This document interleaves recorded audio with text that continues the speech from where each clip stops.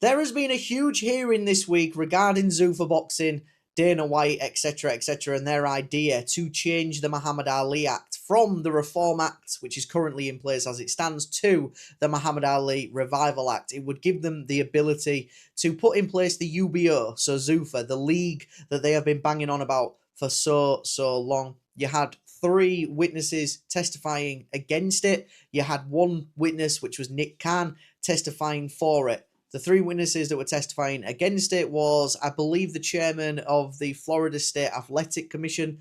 Majority of his stuff is all around health and safety, etc. And then you had Oscar De La Hoya, who obviously is not a fan of Zuffa boxing. He's made that very, very known. And you had Nico Ali-Walsh, who is the grandson of the late, great Muhammad Ali, who pushed for the Muhammad Ali Reform Act to be put through.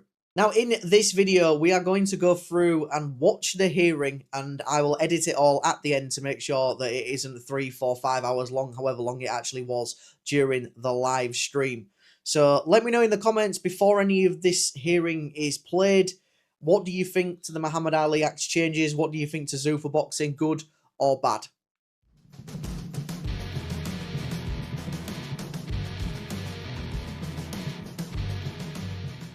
The WBC champion versus the IBF champion.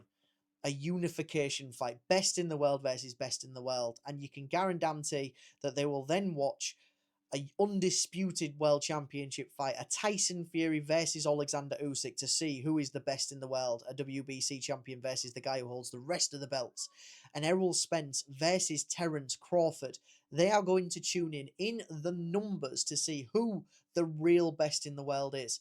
If we take it across the other line to the UFC, to MMA, and I'm going to refer to it as UFC because UFC is essentially the NBA, the NFL, the Premier League of MMA.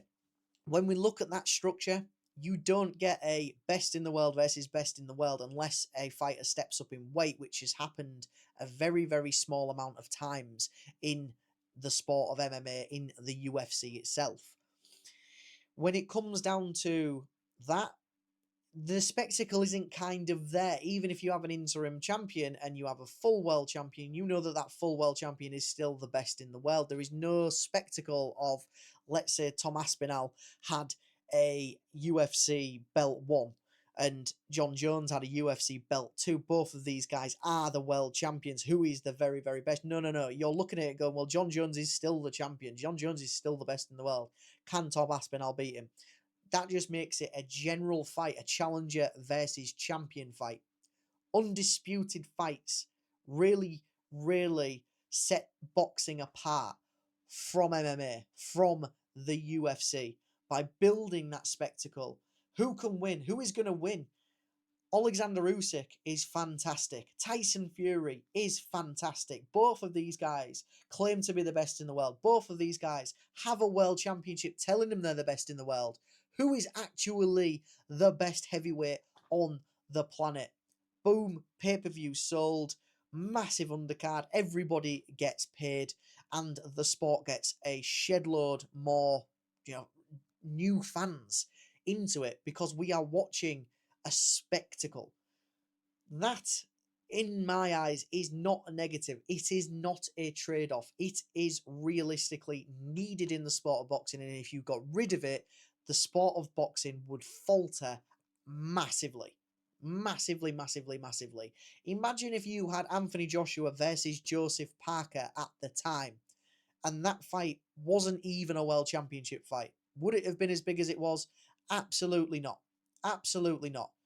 You then take out the Tyson Fury versus Deontay Wilder. If that wasn't for a world championship, would that have been as big as it was? No, it wouldn't. It would have been a fat man coming back against a guy who's got a punch and that's it.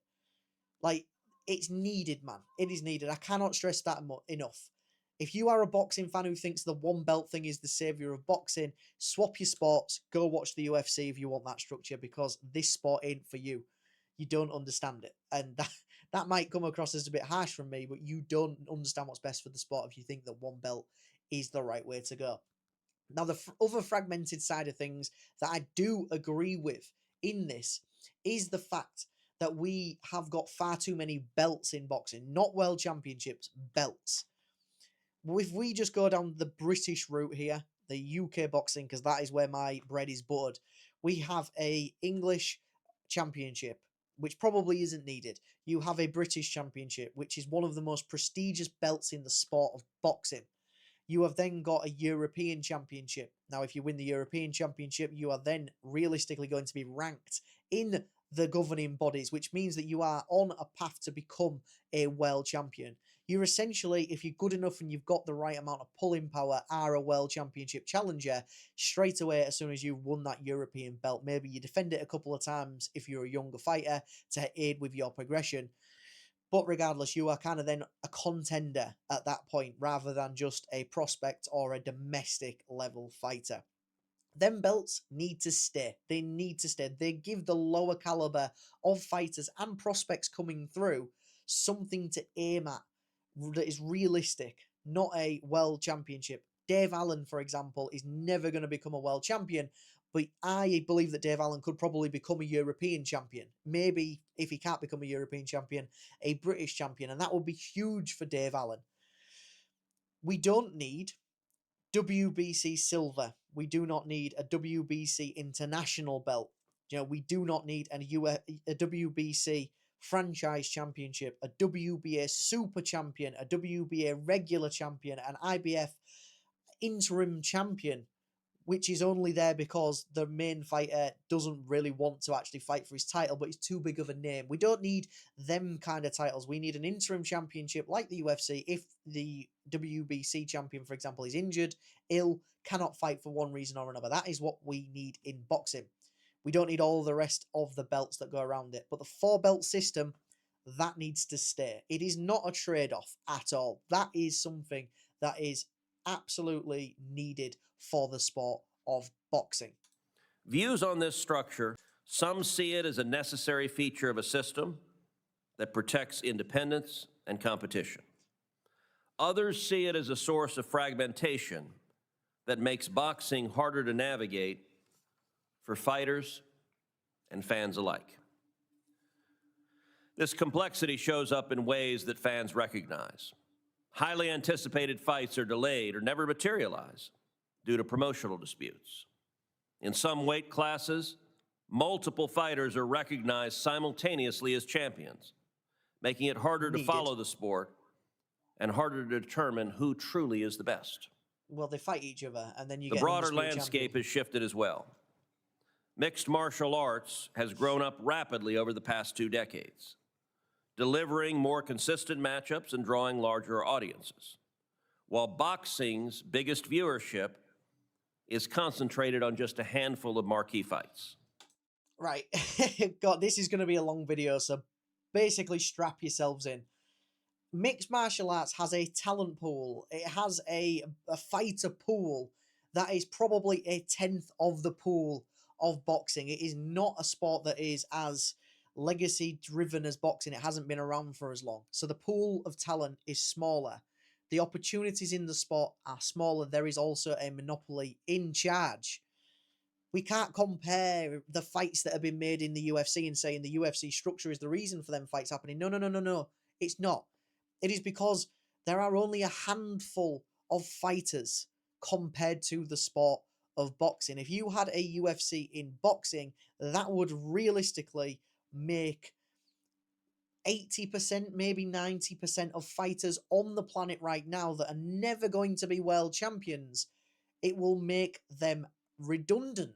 We can't get rid of that. That is the grassroots of the sport of boxing, man. However, those laws have also locked in place an arrangement that makes boxing harder for fans to follow. The harder for fans to follow thing for me has no leverage here, because if you are a fan of boxing, you know how it works. You understand the 4 organisations and the ring belt. You understand that there will be unification fights around the way. You understand what a British champion and a Commonwealth champion is. You understand what a European champion is, etc., etc. Look at it this way. Football. If I talk to my missus about football, she doesn't know the difference between the Champions League and the Premiership. She doesn't know the difference between the Premiership, the Championship, League One and League Two. It's the same thing with boxing. If you follow the sport, you understand it. So this whole thing of, oh, it's difficult for fans to follow.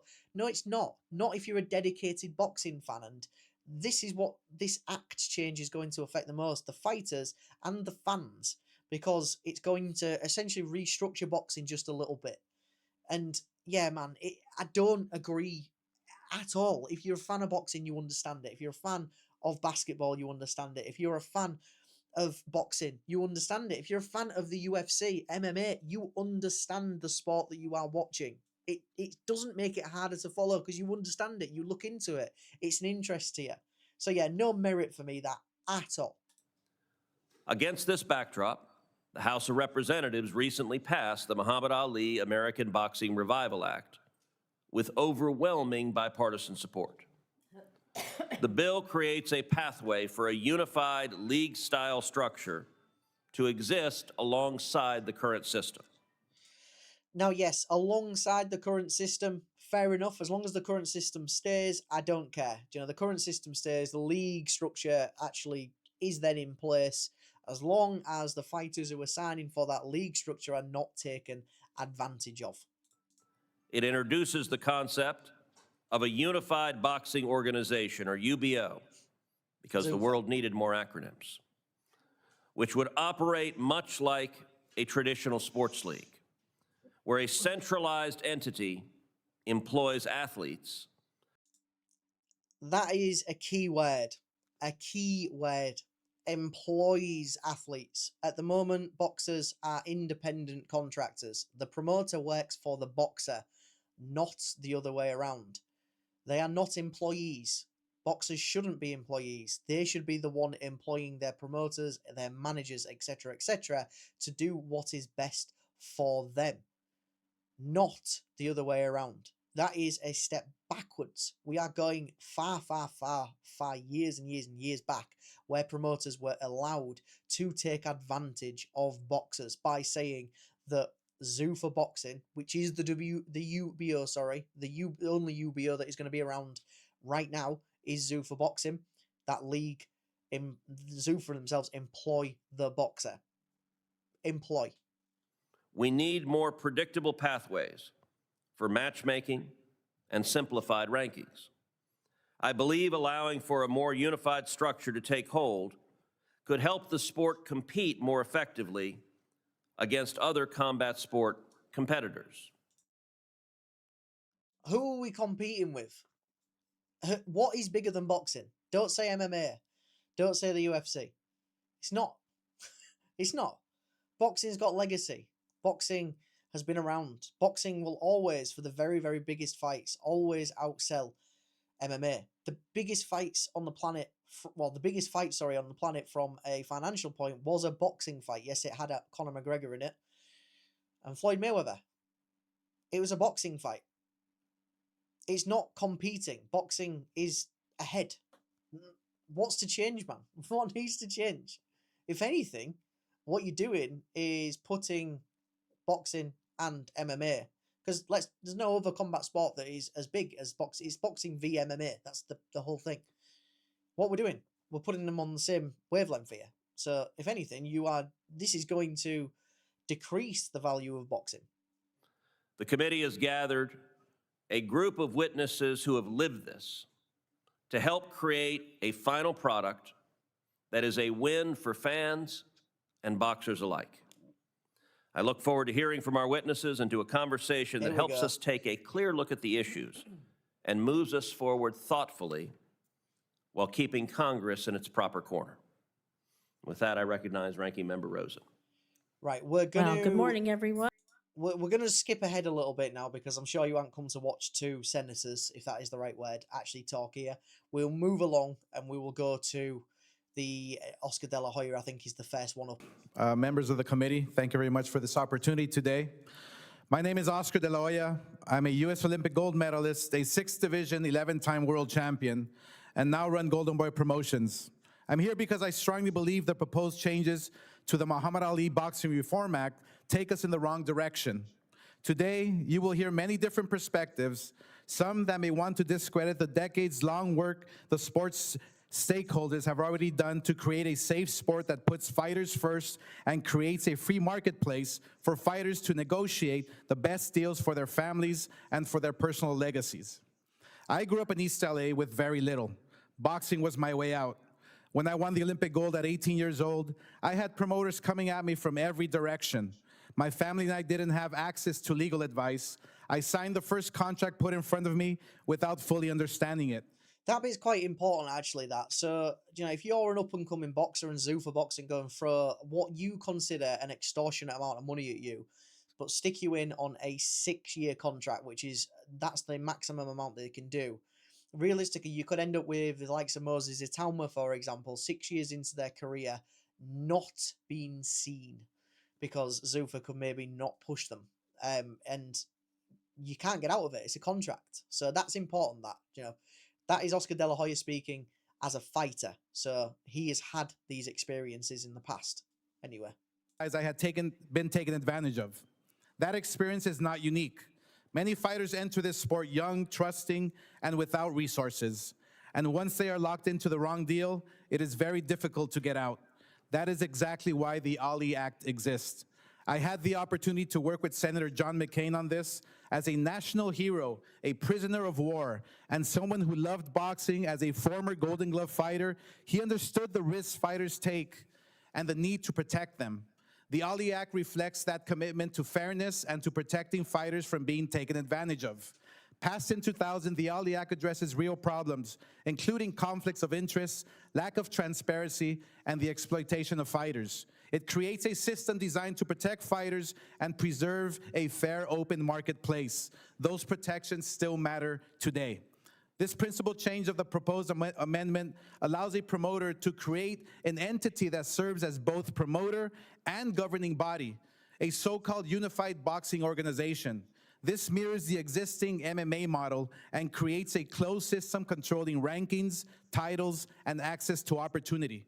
Under this structure, as long as the UBO complies with its own internal rules, it would not violate the Muhammad Ali Boxing Reform Act. Meanwhile, traditional promoters like myself would still be required to comply with full financial disclosures and reporting requirements.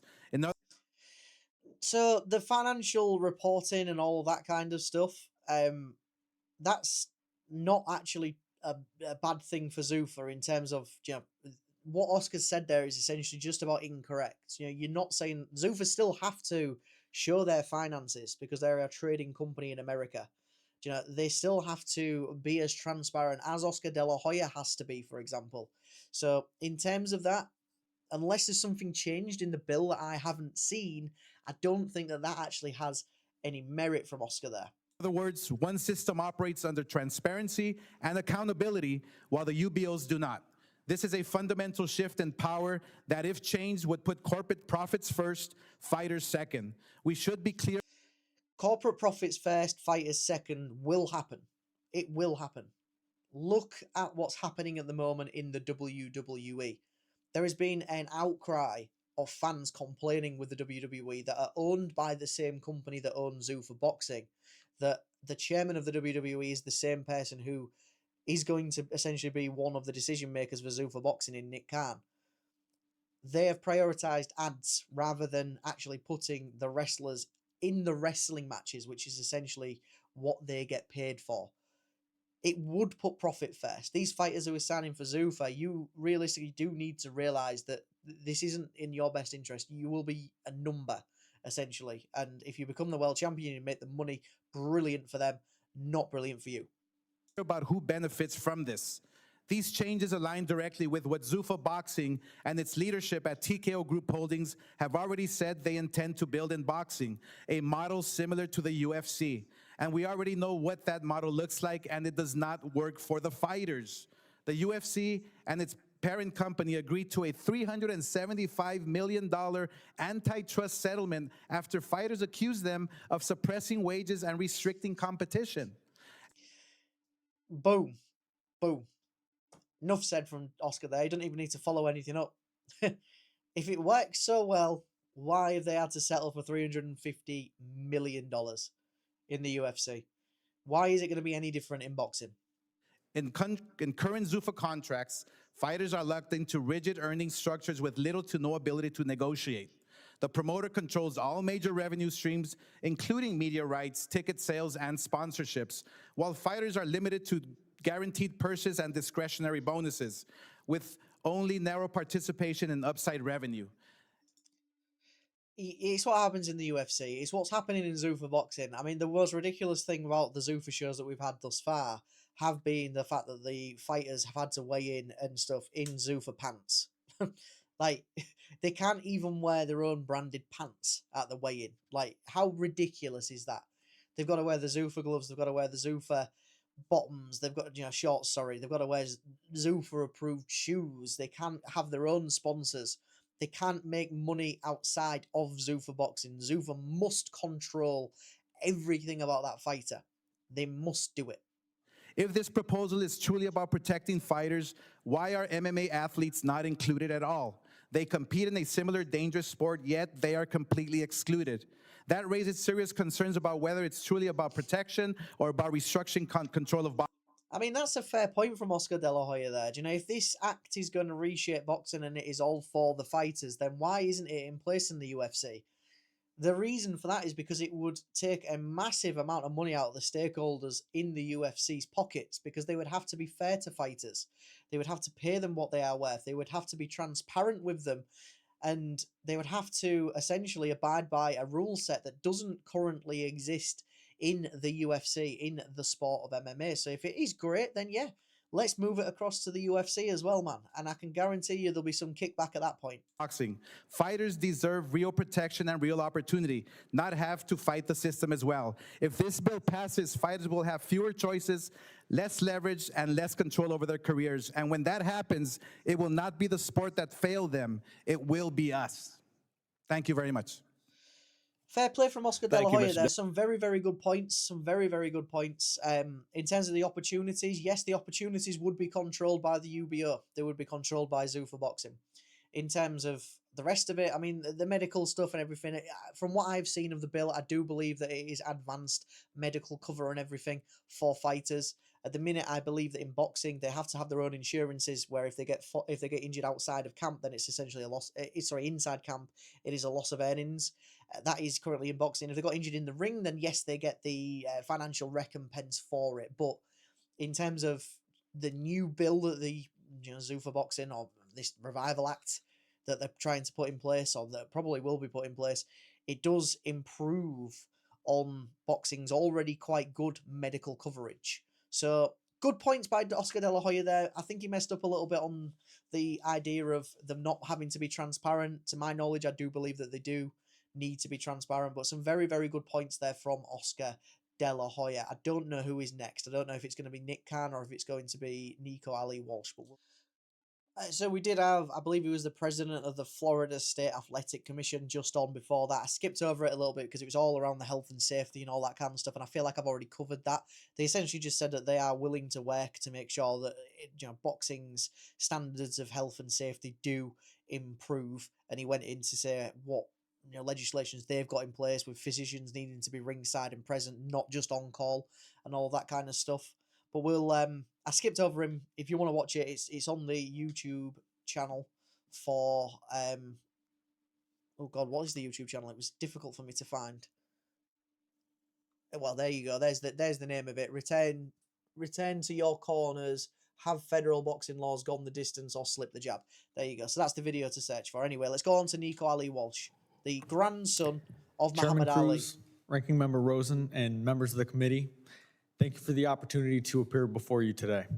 My name is Nico Ali-Walsh. I'm a professional boxer and the grandson of Muhammad Ali. I'm here as someone whose name is directly tied to the Muhammad Ali Boxing Reform Act, not just as a fighter affected by it, but as part of the legacy that law represents. To build on Mr. De La Hoya's statements, fighters are labeled independent contractors. As a result, people say fighters will have options, that we can just go elsewhere. But when the same company controls who you fight, how you're promoted, and whether fans ever see you, it's not much of a choice. Boom, there you go. So one of the arguments from Dana White in the media has been, we are just putting this in place aside the current boxing sort of landscape.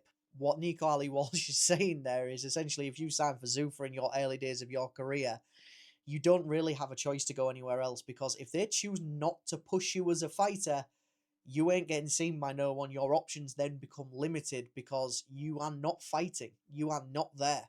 You are not becoming a big name. You are not developing because they are not putting you in with the right people for you to develop against, i.e.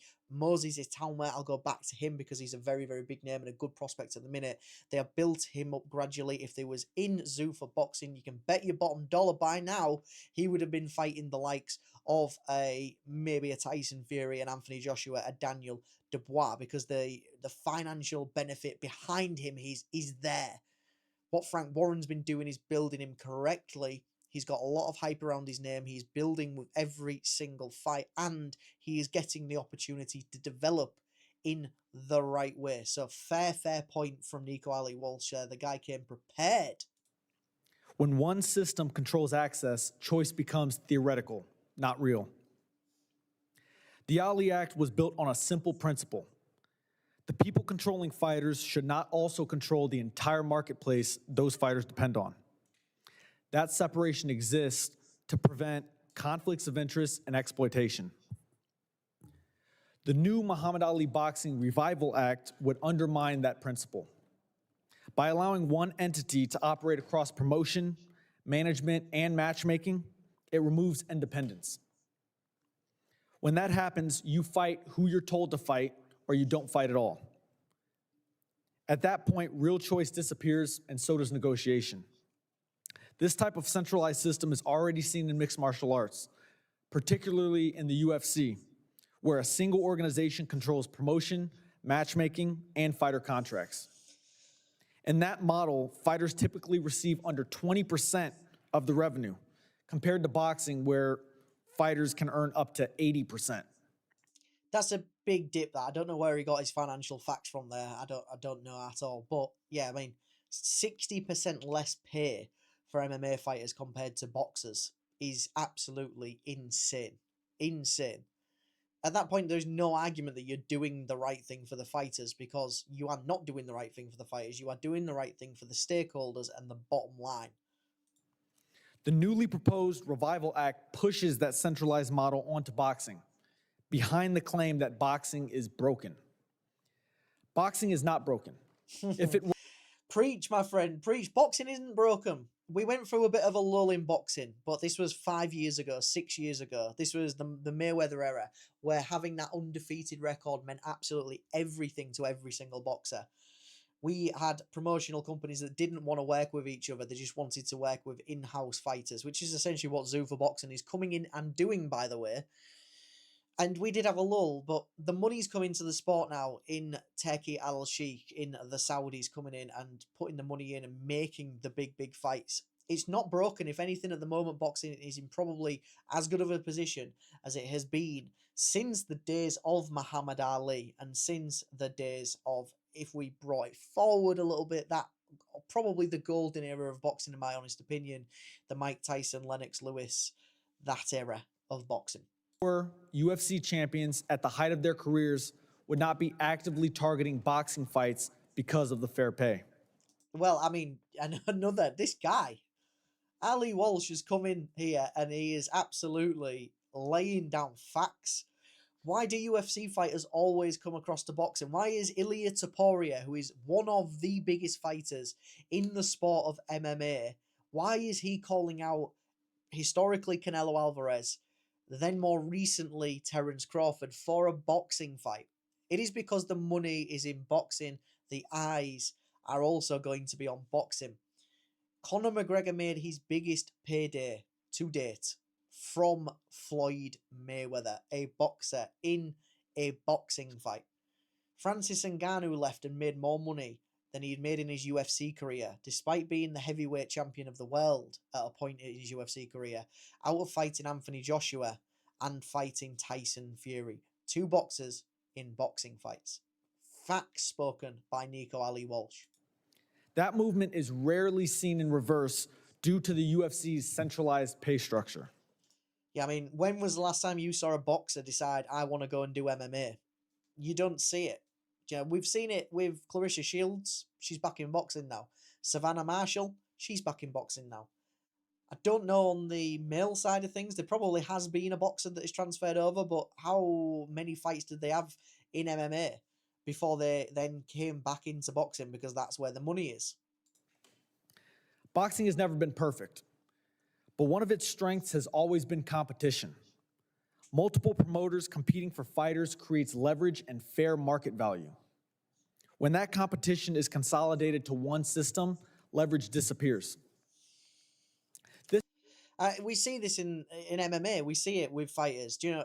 Let's say Alex Pereira, for example, could have made an absolute fortune by fighting Jake Paul in a boxing fight, but the UFC would not allow it. They would not allow it to happen. Jake Paul would have probably fought Alex Pereira. I mean, he went in there with Anthony Joshua, for God's sake, a former unified heavyweight, an active heavyweight. Jake Paul would have got in the ring with Alex Pereira, but they didn't want to risk one of their cash cows potentially getting spanked by Jake Paul in a boxing fight.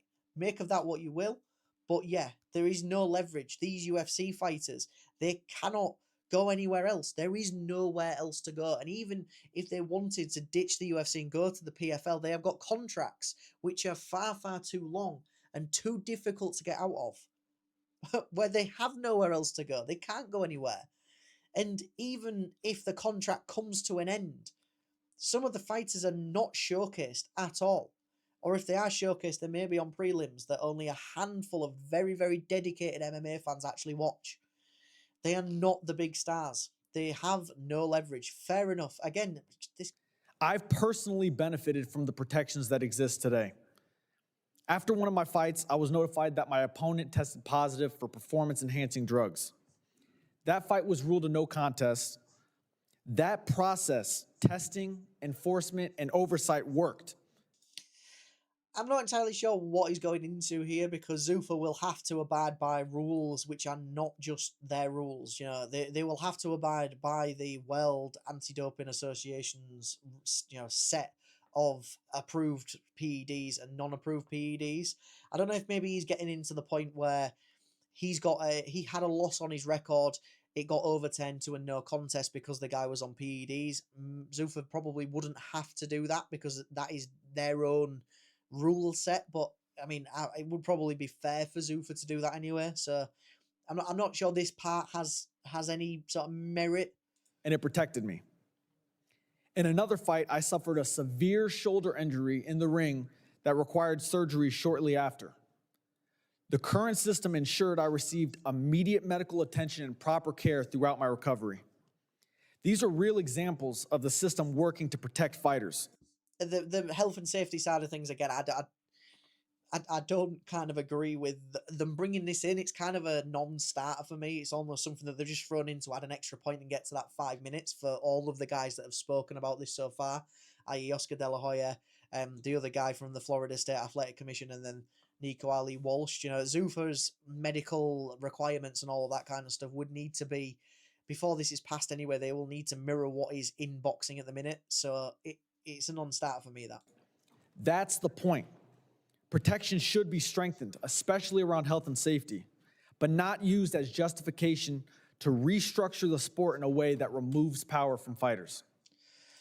Right, okay, I see the point that he's making here. So he's gone into that, which sounded like it was a non-starter there in terms of the health and safety. But now what he's saying is, it's been rammed down your throat that this Zuffa boxing is going to have additional health and safety, but you can't just use that as an excuse for why boxing is broken and why the whole restructure is needed. Okay, I understand that now. The bill that the House has passed should not be adopted. We can protect fighters more effectively than we do today without concentrating control over them. If this bill is passed in its current form, it should not have my grandfather's name on it. Ooh, that feels like it could be a little bit of a lawsuit coming. That feels like it could be a lawsuit coming if this is passed. Is that an underhanded or a backhanded comment there from Nico Ali-Walsh to say that if this is passed at the minute, I don't agree with it. Muhammad Ali's widow does not agree with it, which I'm assuming is maybe his mother or potentially his mother. We don't agree with this, so we don't want his name anywhere near it. Fair enough. A big statement, that, though. As it would betray the principles that his act was created to protect. He fought for dignity outside the ring. This is about dignity inside it. Fighters should not have to choose between their careers and their rights. 55 years ago this year, my grandfather's name appeared on these grounds before this government, and he took a stand for what he believed in. He did it knowing there would be consequences. He did it knowing it could cost him everything. And this country, at its best, recognized the principle behind that stand. Today, I'm here decades later in that same spirit, not as a symbol, but as a fighter living through the reality of this system. This moment is not about the past. It's about whether we continue to stand on those same principles now. And I believe we will.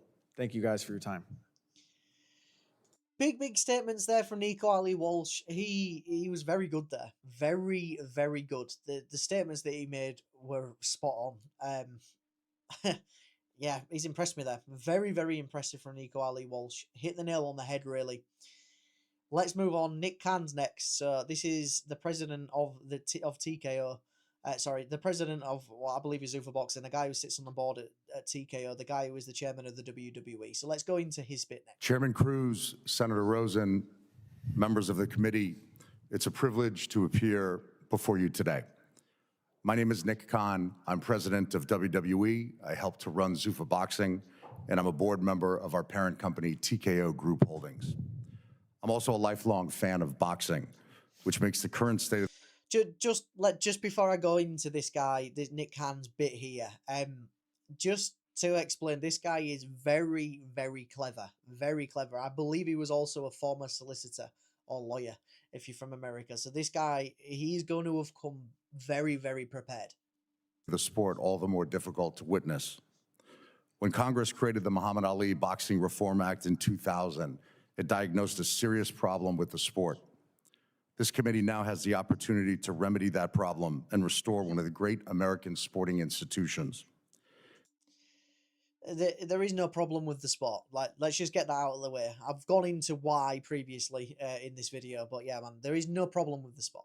It may sound odd to some people in this room, but there was a time not long ago when boxing in America was bigger than football and basketball. 50 years ago, when Rocky came out, during the 1976 bicentennial, boxing was the most culturally dominant sport in America. The greatest, Muhammad Ali, fought 4 times that year, an unheard of pace today. 2 years prior, Ali knocked out George Foreman in the Rumble in the Jungle, which was broadcast to over 700 million people worldwide. 1976 was also the year Sugar Ray Leonard won gold in Montreal. A mere 4 years later, in 1980, Sugar Ray Leonard earned $8 million for a single fight. The average NFL salary in 1980 was $80,000. Talent follows money. The best athletes in America chose boxing then.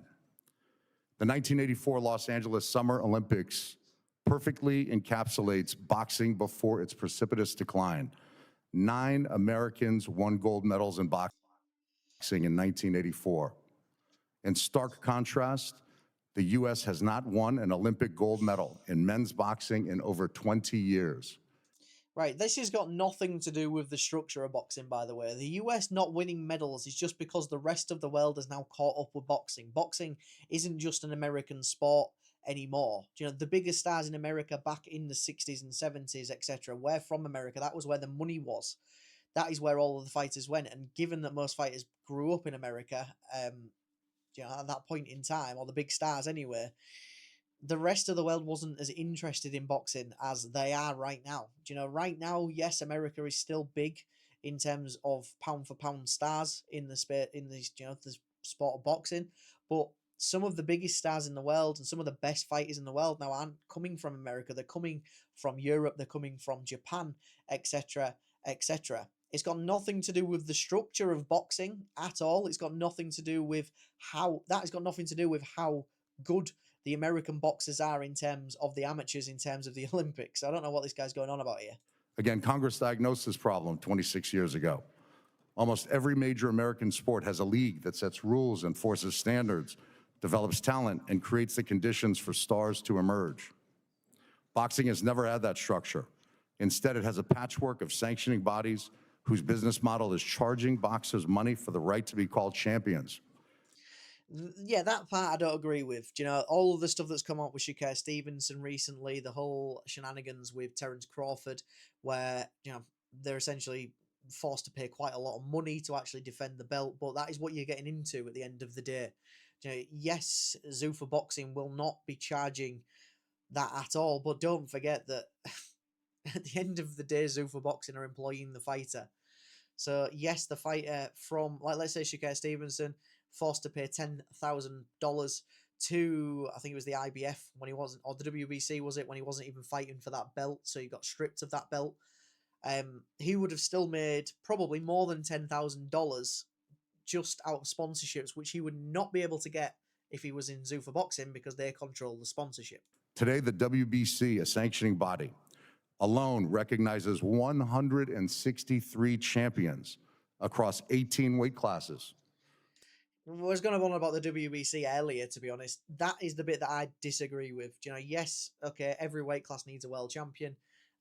There doesn't need to be a WBC silver belt, and there doesn't need to be a WBC, you know, international belt, a continental belt, any of that rubbish. They didn't need to be that. I agree with Nick Carter. To state the obvious, there should simply be 18 champions across 18 weight classes. For the But WBC. the more champions, the more fees to the sanctioning bodies. And those fees come directly out of the fighters' purses, typically 3% from both champion and challenger.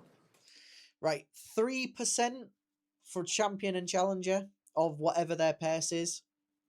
If you didn't have to pay that, but then you were told you can't have any sponsors, 3% becomes nothing. The Muhammad Ali Boxing Revival Act is built on a simple premise: give boxers the freedom to choose a better system. The act as it currently stands would remain in place. The system as it currently stands would remain in place. This is an or option. So this is an or option, which is fine. This is a benefit, I suppose, to the whole Revival Act. How do you differentiate, though? Because from what I have seen from the Muhammad Ali Revival Act, this does directly impact the WBC, the WBO, the WBA, the sanctioning bodies, essentially. How does that look? Can the WBC say, well, we only want to use the Muhammad Ali Reform Act, or is this a full change, as in the Reform Act disappears and is superseded by the Revival Act? The way that Nick Khan's speaking here is that both acts will remain exactly as they are in place, and it is a choice of, I'm going to assume it's sanctioning bodies, I'm going to assume that it's fighters, is it promoters? That needs to be clarified, and I'm sure that'll come out in the wash eventually. Create the framework for unified boxing organizations, otherwise known as UBOs, that can do what major sports do: promote competition, develop talent, enforce consistent standards across one roof. Developing talent, I can't see with Zuffa personally. I just can't see the developing talent side of it, as we've got into previously. If they don't want to push you, they won't push you. And if they want to push you too quickly, they will push you too quickly. You know, you're not going to get that development that you would get out of a Frank Warren, for example, or out of an Eddie Hearn, you know, where you're fighting at the right levels at the right time. You were essentially told, as Oscar De La Hoya said, you're told who to fight, when to fight. And if you choose not to, you just don't fight. For boxers, this bill delivers concrete protections that are long overdue. First, minimum pay of $200 per round, a floor that exceeds the minimum in 49 states and equals that of the highest, California. Well, that's good. You know, minimum pay for boxers is completely fine. I'm wondering if he's actually going to mention the minimum payments that they've got to make to fighters if they are inactive, though, because that is still up in the air. Second, mandatory injury insurance of $50,000 per bout at no cost to the boxer. Today, thousands of professional boxers compete with no insurance at all. Under the UBO structure, if it is passed that we would do, the health insurance would kick in when training camp starts, not just on the night of the fight. So when a fighter goes into camp 8 or 12 weeks before, if there's an injury in that camp, that is covered. That is a major, major benefit. That is a major benefit for boxers.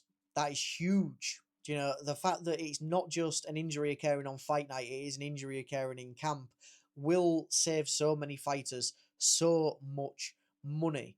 I wonder if it will actually trickle down a little bit though, because you know, if we look at the Lawrence Okoli card that has recently been cancelled because he's failed a PED test, would that insurance then cover the fighters on that undercard who now cannot fight and therefore will not get paid? That is something that I would like to see clarified just a little bit more. But regardless, you know, if a fighter suffers an injury, Callum Smith, for example, got injured recently, had to pull out of that David Morrell fight. This means that he will get a minimum of, what did he say there, $20,000 or $50,000. Fair enough. Third, a 6-year cap on promotional contracts comparable to 6 years is too long. 6 years for a promotional contract, especially if you are signing for a UBO, which will control all of your fights, your promotion, and how fast you are moved. 6 years is too long. It should be 3 years maximum, in my honest opinion. rookie contracts in baseball and football, giving boxers a genuine path to free agency. Fourth, standardized medical protocols for every boxer. Annual brain MRIs, cardiac testing, brain health testing. The UFC is at the forefront of brain health testing with its partnership with the Cleveland Clinic. Anyone can form a UBO, any existing boxing promoter, anyone, as long as they're willing to meet those boxer protection standards that I just articulated. It's for safety and fair treatment of the boxers. So Nick Khan's just really gone in there and gone to town on any of the points that the previous guys made about, you know, the boxing safety side of this. So he's just gone into town. He has kind of just made that a mute point, really, but he has also kind of, and this is a bit strange for Nick Khan. He's kind of fallen on his own sword a little bit here, because he's kind of thrown himself under a bus a little bit, because he's almost made it all around the fighter safety, and Nico Ali-Walsh poo-pooed that in his section, saying you can't just, you know, make this change all about the safety. And he has just been talking for about 3 or 4 minutes now. Out of his, I think he gets 5 minutes.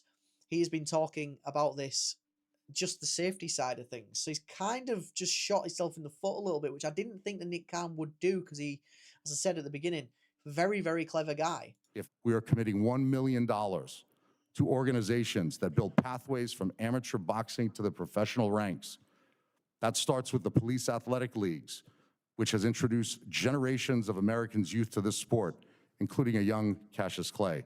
It's an unconditional commitment, because rebuilding boxing starts in the local communities and gyms, and it has to start now. Fair enough. You know, fair play to TKO and Zuffa, I suppose, whoever's, you know, doing that and whoever's putting the money in. Grassroots in boxing is very, very important, and they're putting money in, but they don't need to make a UBO to put money into boxing to make sure that in 2026, or whatever we fucking said anyway, that obviously the America actually wins a gold medal or a few gold medals or whatever. Do you know? You don't need to restructure boxing to do that, buddy. You could have just put the money in regardless. I'm grateful for your time. I'm grateful for this committee's commitment. That's it. And I welcome any questions. That is it. I thought the Nick Khan's bit might have gone more into detail about some other bits there. Not a great showing from Nick Khan. I mean, he poo-pooed the whole health and safety side of things, which is fair enough. He didn't really, and I know that obviously everything that he's written, he's not a response. It's not like a rap battle in Congress or anything like that. He's not on the fly talking, you know, replying to what the other people have said, but he's gone quite in depth there about the Olympics, America not winning a gold medal. He's danced around the fact that that's one of the reasons why this bill is a good thing to put in place. But in the same breath, other than him putting the money in, I say him, other than TKO or whoever's putting the money in, the Saudis, Zuffa, wherever it is, putting the money into the grassroots of the sport of boxing, isn't really any positives at all. He's nostalgia baiting everybody there. So this is more of a, I'm assuming, a questions and answers kind of section. Well, we have 4 experts in the sport right now. Can anyone tell me who is the current middleweight champion? I can try, Senator, if you like. Sure. So the answer is there is no middleweight champion because there are at least 4 different people with these sanctioning organizations who say they are the middleweight champion. Which has been the case in boxing for many a year now. And again, this is what builds the sport of boxing up. The unification fights are what sets boxing apart from the UFC in MMA. The WBA has Araceli Lara. The WBC has Carlos Adames. I mean, Nick Khan has been referred to here as a boxing expert. He can't even say Adames' name right. The IBF title is vacant. The WBO has Yanibek Alemkhanali. I mean, he got Yanibek's second name right, but Yanibek, man, like not Yanibok. And there are interim champions underneath. So in terms of who is the middleweight champion, by definition, there is no middleweight champion. There's confusion and chaos compared to when you and I were younger. Marvin Hagler was the middleweight champion. Now the answer to that question does not exist. I don't actually think he is right there. I'll fact check it, but I'm sure when Marvelous Marvin Hagler was a world champion, there was also Sugar Ray Leonard, who was a world champion. Roberto Duran definitely was. Thomas Hens, I also believe, may have been a champion at that point as well. I want to ask the remaining witnesses, is that a problem? Is that something that could and should be improved? No, because again, if you are going to be a fan of football, as you move into it, you're not going to know the difference between Champions League and Premier League, for example. You're not going to know them differences. Eventually, as you watch the sport more, you're then going to know. So it's not a problem. I'm interested to see who actually answers this now. Is it going to be Oscar De La Hoya or is it going to be Nico Ali-Walsh? Probably makes more sense for Oscar De La Hoya to answer it, though, given that he's a former world champion and also a promoter. Mr. Nick Khan mentioned confusion. Back when Sugar Ray Leonard was a world champion, so was Marvelous Marvin Hagler, who held the world title as well.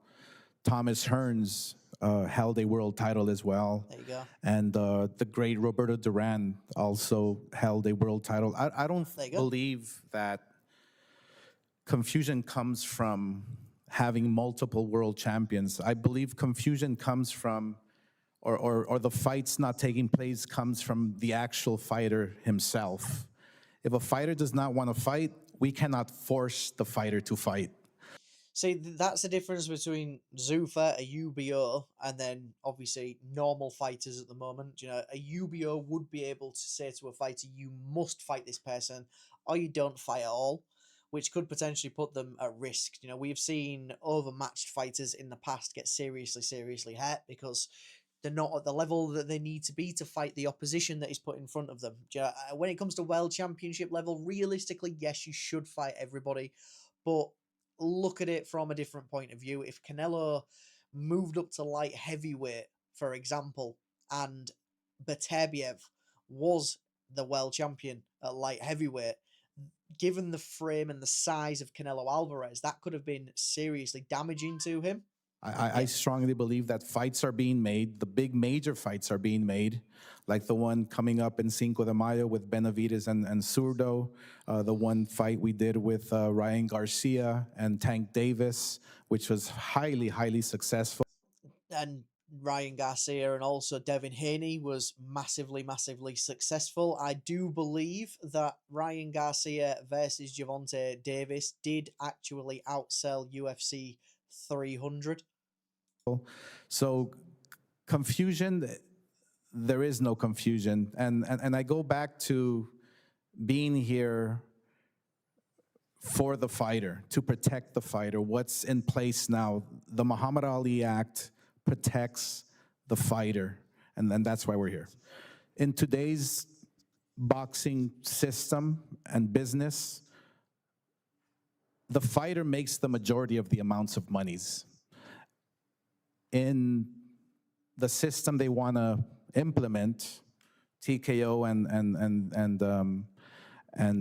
with the UBO, it'll be the other way around. I think transparency is obviously very important to the fighter.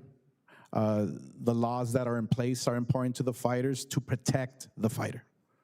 Chairman Cruz, may I offer I agree one with that. I do agree on that a little bit. You know, the money would be the employers in the same way that I go to work, and even if I bring in £500,000 for the company that I work for at the moment, the majority of the profit will go to the owner of the company, and in TKO's instance, the stakeholders of the company, as in Nick Khan himself. Shock horror.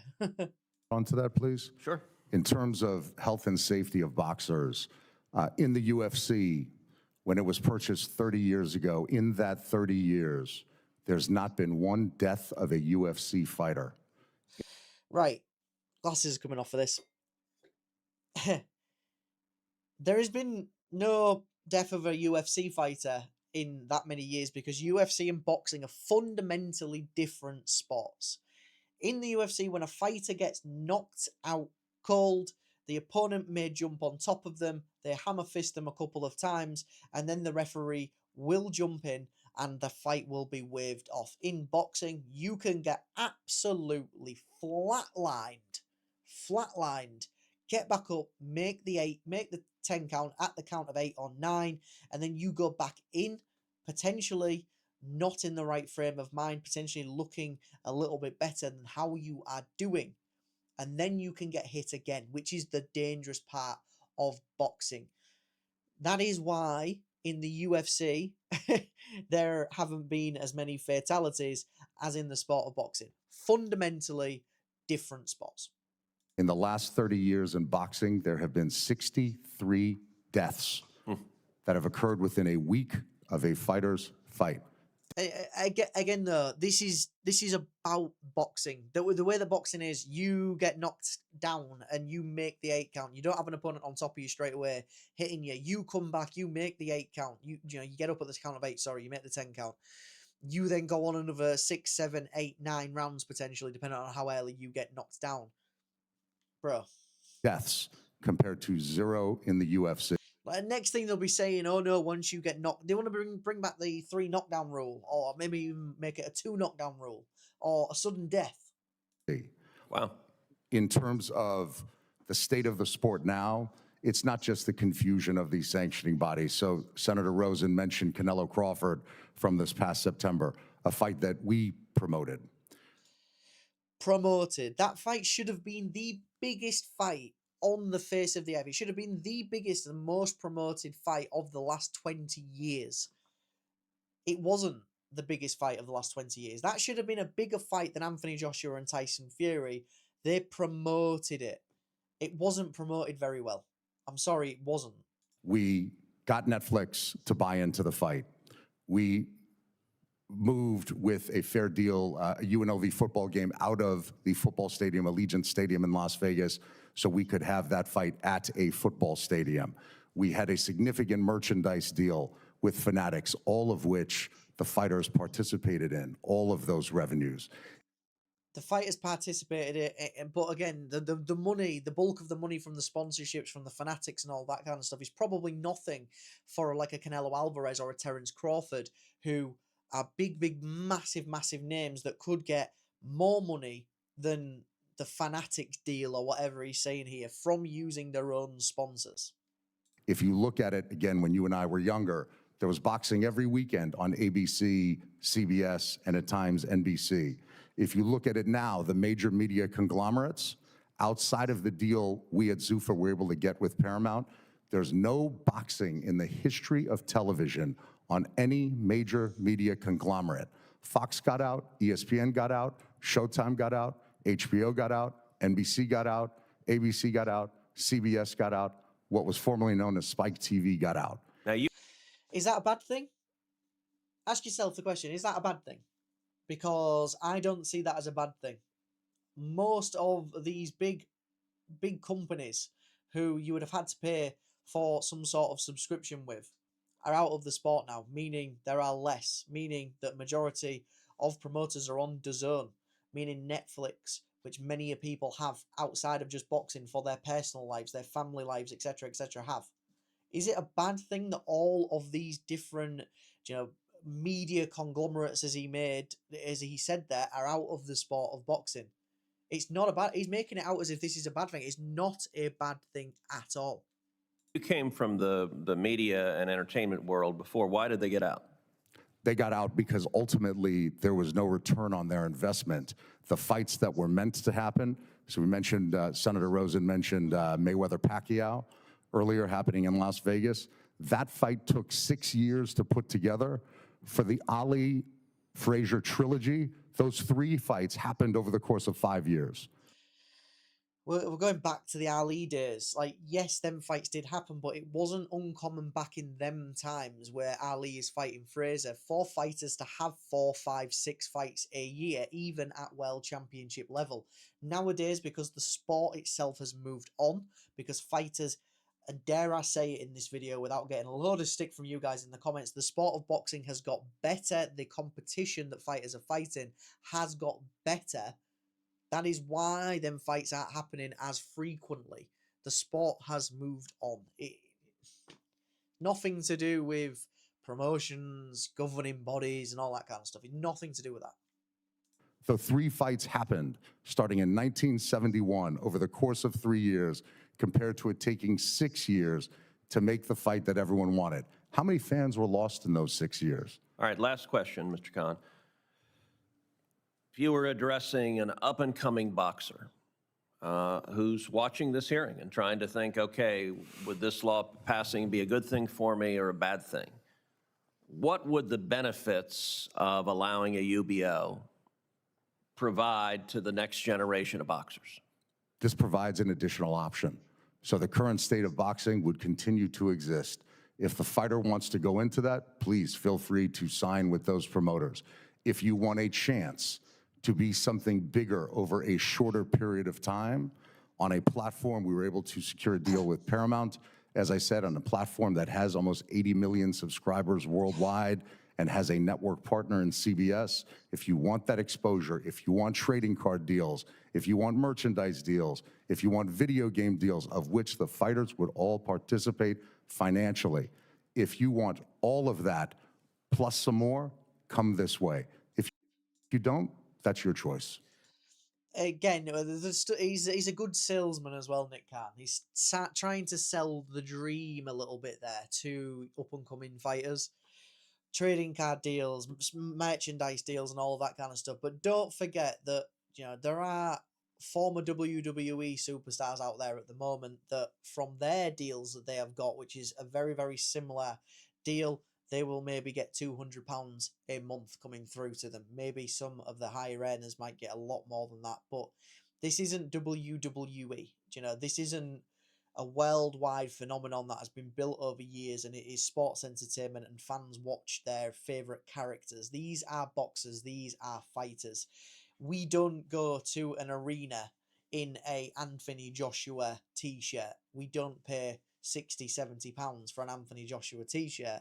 You go in your normal gear, your normal getup.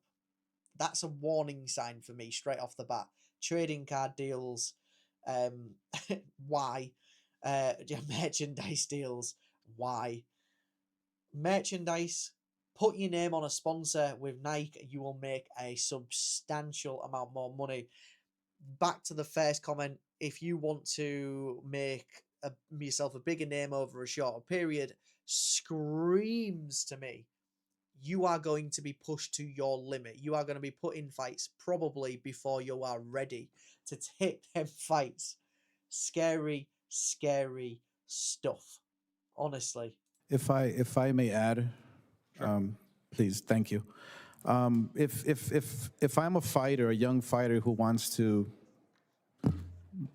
go to a promoter, why would I sign a contract that if I am a 4-round fighter and getting paid the minimal amounts of money, if I lose that fight, under the UBO, that promoter decides how much I make? I believe that's unfair. Yeah, he's right. Ranking member. But as a professional boxer now, I love boxing. I think the sport is in a great place. I think we're headed towards the golden age of boxing. I understand there's concerns with it being confusing, whether it be the belts, the titles, who's champion. That kind of chaos and confusion, I believe, makes boxing. Having fighters fight each other to become unified and become the undisputed champion, that's what everyone wants to see. And Mr. Khan, He's right, man. He's right. He's echoing exactly what I'd said. You know, he is literally echoing that down to a T there, Ali-Walsh. It is what makes the sport of boxing the unification. So do you think if we're legislators, working in the health space would be a helpful thing? of course. No, I don't believe anyone in boxing, no boxer, no promoter would disagree with the fact that health and safety concerns can be added to the sport. We can always benefit more from them, but we can do that without stripping the fighters of their rights, which I believe is what the Revival Act is going to do. My grandfather's original Ali Act, the Muhammad Ali Boxing Reform Act, is an anti-monopoly law. And this new Revival Act will bring back that monopoly. They say we have a choice, but once they control everything, we won't have a choice. Oh, there you go. There you go. Perfect. Straight away. The Muhammad Ali Act as it is at the moment, the Reform Act, anti-monopoly. A monopoly essentially means full control. Essentially what the UFC is in MMA, what WWE was in sports entertainment in the wrestling, professional wrestling space years ago. No competition means that the people at the top of the tree in the organizations, they are the ones making all of the decisions. And if it's not right for business, it ain't right at all. You get cast aside, you get cast out. Thank you. But Mr. Khan, you know, as we think again, for us as legislators, the successes of WWE and UFC, what things do you think could be transferred when thinking about boxing's future? We know we probably all agree on the health and safety, so that's something we could take on in a bipartisan way, but let me hear from you, and like I said, go Rebels. Understood. So WWE, for example, has over 100 deals with what we call our legends, our retired wrestlers. So they receive compensation from us for years after their retirement from the ring because of their participation in our video games, trading card deals, merchandise deals, and action figures and all of these other ancillary revenues. Think about this. Floyd Mayweather, Manny Pacquiao, the two fighters of that generation, you could not buy an action figure of them. You cannot buy a video game of them. It doesn't exist because of this broken system. Part of the reason that Mayweather... What do you mean? Who wants a Manny Pacquiao action figure? Who wants a trading card with Floyd Mayweather on it? My word. This guy is all about business and bringing in money. Pacquiao took 6 years to make. You've heard people say, well, it's Floyd, it's Floyd. The two promoters of that event, they simply didn't like each other. It's this local yokel. Can't legislate that. There's plenty of people, I'm sure, we all do business with that we may not be particularly fond of. Do business and get it done for the fighters, for the fans, and to grow the sport. In addition to that, the amateur system. I talked about the Olympic gold medalists earlier. Think of this. 1960, Cassius Clay takes the light heavyweight gold in Rome. 64, Joe Frazier, heavyweight in gold in Tokyo. 68, George Foreman. 76, Sugar Ray Leonard, the Spinks brothers. 84, the 9 Olympic male gold medalists in the LA Games. 96, Floyd. 92. 92, the golden boy takes over the world with his performance in the ring and his personality out of the ring. Nothing can be taken away from that. In 96, Ray Mercer wins the gold medal. In 88, Roy Jones gets robbed. Ray Mercer wins the gold. 96, a gentleman named David Reed wins the gold. Since then, just one in 2004. The amateur system is something that the professionals do not support sufficiently. That's the pipeline. We have to make it easy for fighters, just like we have a performance institute for UFC. We have a performance center for WWE. If you want to try to do one of those things, come our way and check it out. You don't have to sign anything with us. Same thing in boxing, grassroots system. Thank you. Yeah, but the grassroots, again, it doesn't need a UBO to be in charge of a grassroots system. Come on, man. Yield. Mr. De La Hoya and Mr. Walsh, you've raised concerns about the bill. As the bill is currently drafted, a UBO is allowed to be created as an alternative, but no fighter is required to enter a UBO, and each fighter could decide whether to stay with the current system or whether a UBO, if it is right that a UBO offered a whole bunch more money, I would think a fair number of fighters would choose, okay, I'd rather have that more money. I guess my question is that a right way to view that? And if it's simply an option for the boxers and an option that could give them substantially more money for their families, how is that a bad thing? Well, I mean, if creating the UBO, it's segregation, basically. Fighters are going to want to stay in the current system, and fighters are going to want to fight for TKO or for Zuffa. Therefore, we will not see the very best fighting the very best. Well said, Oscar De La Hoya. Well said, my friend. That is fair. That is a fair comment. The whole idea of Zuffa boxing is there is a problem in boxing and there needs to be a unified boxing organisation to make sure that the best fight the best. And what you are essentially doing by making these side by side is you are creating even more segregation. You might as well at this point make another sanctioning body. I might as well make the Baker Boxing Organisation, the BBO, let's call it that, and say that I am now a sanctioning body that is recognised as a full world championship at that point, because you're doing the same thing. You're adding more segregation and more saturation to an already, in their eyes, overly saturated marketplace or sport. You know, and I strongly believe that, you know, why is it that UFC fighters currently are complaining about pay? Why is it that the shareholders have to make most of the profits, and the fighters are having to have second jobs in order to make a living? Yep. I strongly believe that if we keep the system the way it is, you will have more competition. Yep. You will have the sanctioning bodies working together to unify the titles and create the undisputed world champion. Therefore, the sport grows. That is something that does need to be changed in boxing, in my opinion, is the sanctioning bodies in one way or another need to be told that they have to work together in order to make a unified world champion. Let's say if there is a unification fight that is available and the fighters both agree to the unification fight, any mandatory challenges, in my opinion, need to be put on hold, and there needs to be an agreement made between the WBC and the WBA, for example, to say whose mandatory will get called first. I believe that there is kind of a round robin situation in play at the moment, but I do think that there needs to be something concrete which does emphasize the fact that we need to make unification fights over just random mandatory fights. I totally agree with what Mr. De La Hoya said. Creating that UBO will segregate the sport, and you won't see the effects of what it will do now, but 5 years down the line, 6, 7 years down the line, you'll begin to see how the sport will become monopolized, and people won't have a choice anymore. Fighters like myself will not have a choice anymore. The coercive contracts will be coming back. All the things in the Ali Act, the current Ali Act, that protects fighters will be taken away.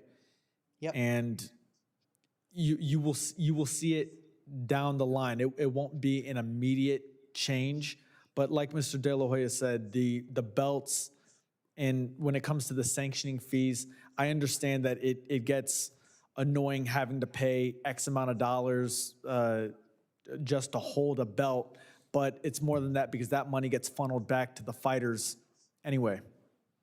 Okay, I didn't know that. So, I mean, I would love to see some sort of evidence on that, to be honest, to suggest that the fighters do actually, or the money gets funneled back in. At the minute, there's no transparency with the organisations that, let's say, the $200,000 that Terence Crawford was ordered to pay or Shakur Stevenson was ordered to pay for the 3% out of his purse or whatever. There's no evidence that kind of backs it up. Not that I've seen anyway. It's almost like there needs to be something to say, right, okay, there you go. Okay, the 3% out of their purse, X amount went to running this organization, X amount went to charity. Here is the amount of money that is set aside for fighter retirements if they have to retire early, etc. Maybe that's something that could be put into this bill to actually, rather than putting a UBO in place for boxing, maybe it changes and that is put in place instead, something like that. It also gets funneled back to suites for the president of the sanctioning body, $265,000 of ticket purchases and other things.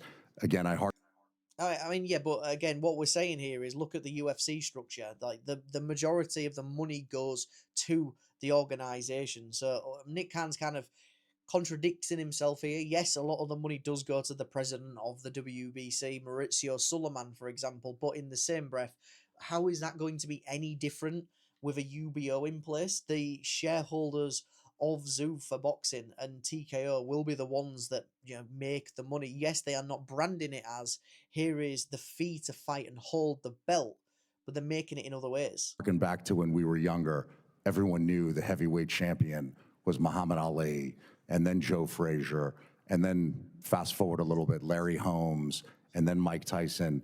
If I said to most Americans today, who's the heavyweight champ? No one would know the answer to that question. They would today. They would today. Everybody knows you have an undisputed world champion, or had an undisputed world champion. Everybody knows that Alexander Usyk was the man who beat Anthony Joshua and Tyson Fury. Nick Khan don't know ball. No. Oh, dearie, dearie me. That's because of the state of the sport and these different sanctioning bodies. And by the way, in terms of competition, all we're asking for is an option for fighters. We're not saying to get rid of anything.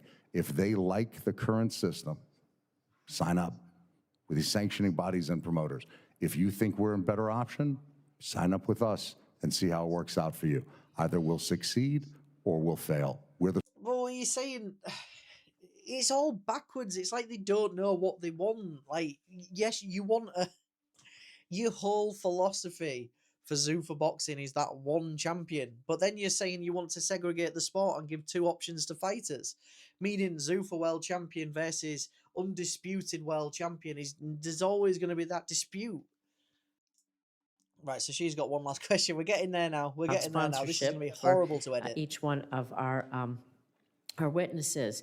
And so sponsorships, really important. We know It's going to be really interesting here to see what Nick Khan has to say about sponsorships. that we live in a world of media, right?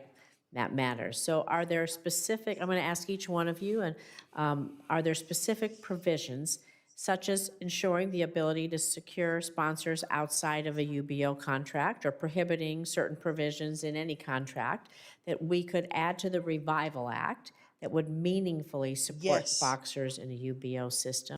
All of them. Add it in. Just add it in. Why are you asking the question? Add it in, man. If you have opinions on that, we'll start again We with have in boxing current sponsors, which again, the majorities of the monies go directly to the fighter, whether it's ticket sales, revenue generated by TV, platforms, pay-per-views, and sponsorships. The fighter sees the majority of that money.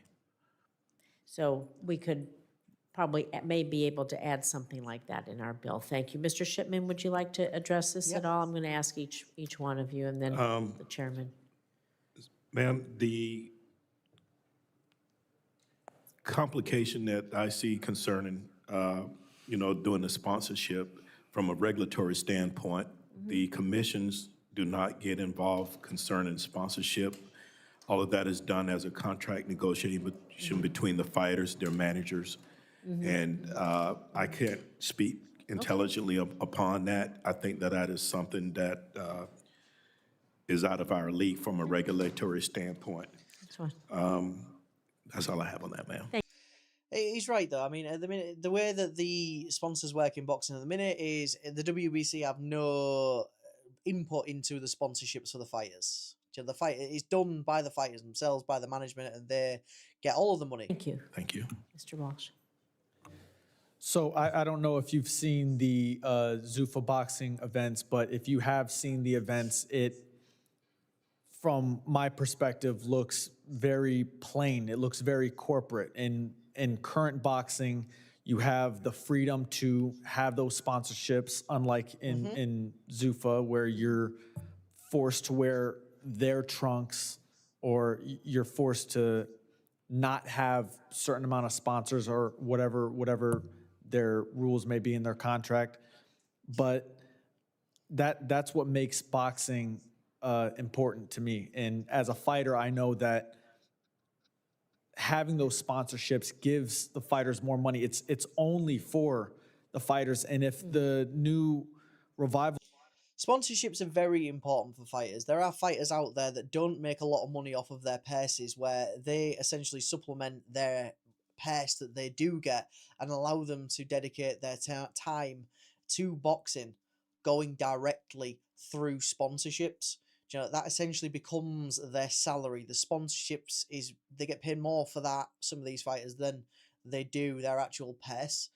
It's important, very important. You can put in a minimum fight fee and all of that kind of stuff, but at the end of the day, a sponsorship might come in and be 4 or 5 times your fight purse.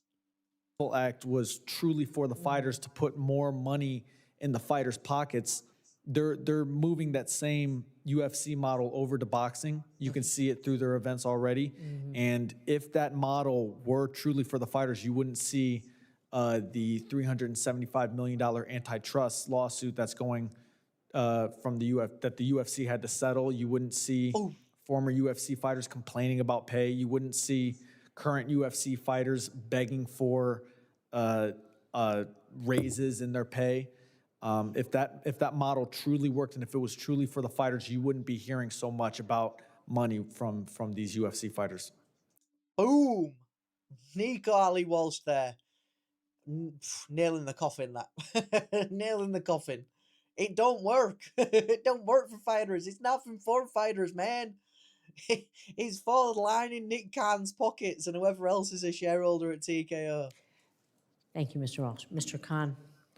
Senator Rosen, number one, in terms of working together to try to get the same bipartisan support that we had in the House, of course, we want to hear any and all ideas that can work. In terms of sponsorship dollars, there was a comment made about the fighters wouldn't see the revenue.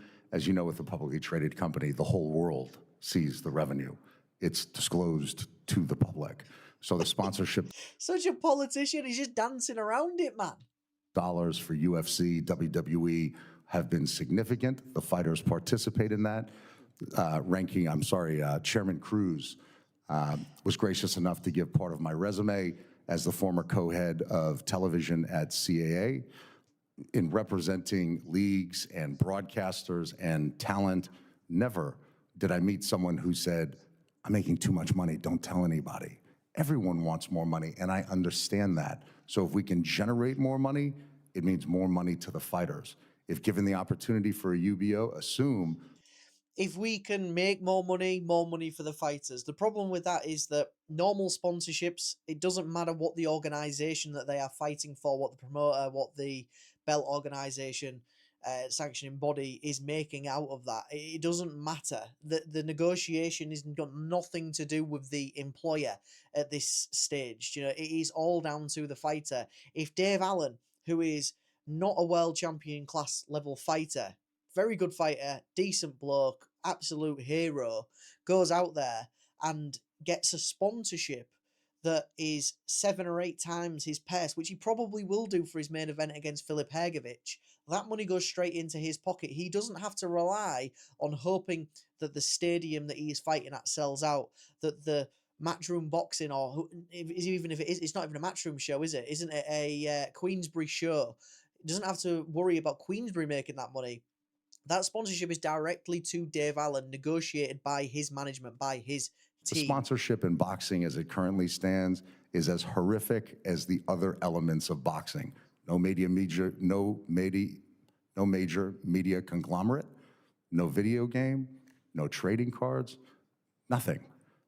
We're talking about trading cards and all of that kind of stuff where fighters get a small residual amount from it. What we're talking about right now is full sponsorships for fighters to put a Lonsdale pair of shorts on and get Lonsdale shorts for the rest of your life, or get a big payout for wearing a Lonsdale shorts, for putting OF on one of the female fighters' shorts to get a big payout from that brand.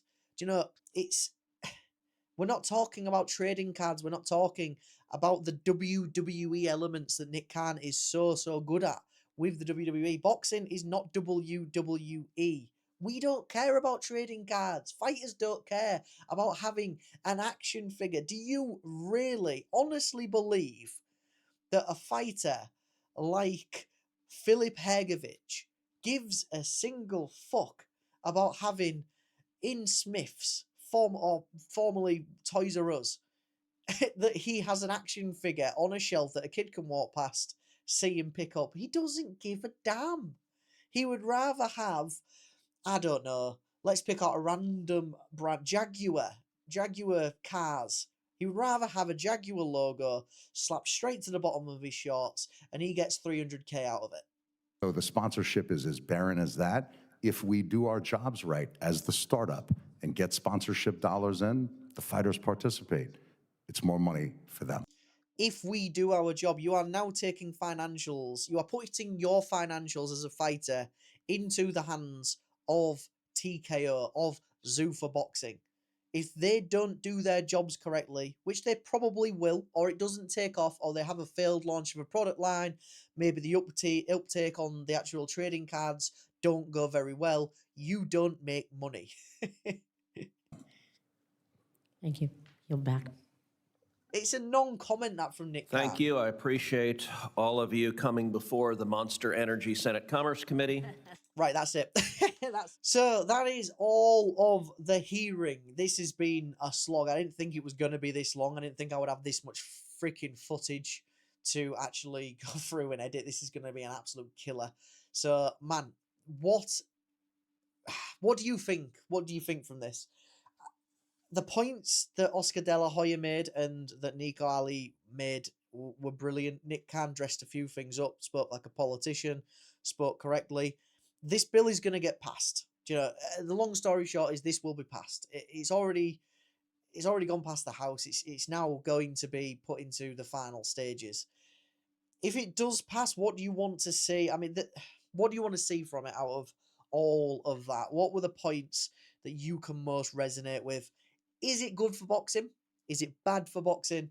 How do you think the landscape of boxing is going to look in the next 5, 6, 7, 8, 9, 10 years with this bill, if it does get passed, being fully passed? Now, if you do not agree with this entire bill, there is actually a petition. You can find it. In fact, I might find the link to it and I'll put the link in the description to it so that you can go onto it and sign it and go from there. But I'm of the opinion here that this UBO is a bad thing for boxing. I think we're segregating it a little bit too much. I don't like the corporate elements to it. I have seen the complaints from WrestleMania and WWE fans since TKO took control of the WWE. You see the lawsuits from the UFC fighters. If they were going to use this as just a developmental league into proper boxing, let's say, fair enough. I can't get on board with it. I just think boxing at the minute, like Nico Ali said, is coming on to a golden age. We are at a point now where the big fights are being made because of the injection of cash from Saudi Arabia and from fighters actually looking at it and going, damn, if I want the legacy that Muhammad Ali had, that George Foreman had, that Sugar Ray Leonard, Roberto Duran, etc., had, I can't be dancing around and avoiding opponents. I think we're at a point now where every single fighter knows that a loss on the record doesn't mean anything realistically. They can come back and they can become a world champion. Daniel Dubois, a perfect example of that. I just think I just can't get on board with it, man. But yeah, let me know your thoughts anyway. For more boxing content, and I promise you they won't all be this long, and it ain't all just watching people speak in a courtroom, hit that subscribe button. And for more boxing content, hit that follow and hit that, yeah. Anyway, I've lost my train of thought. Like, favorite, save it, share it, subscribe.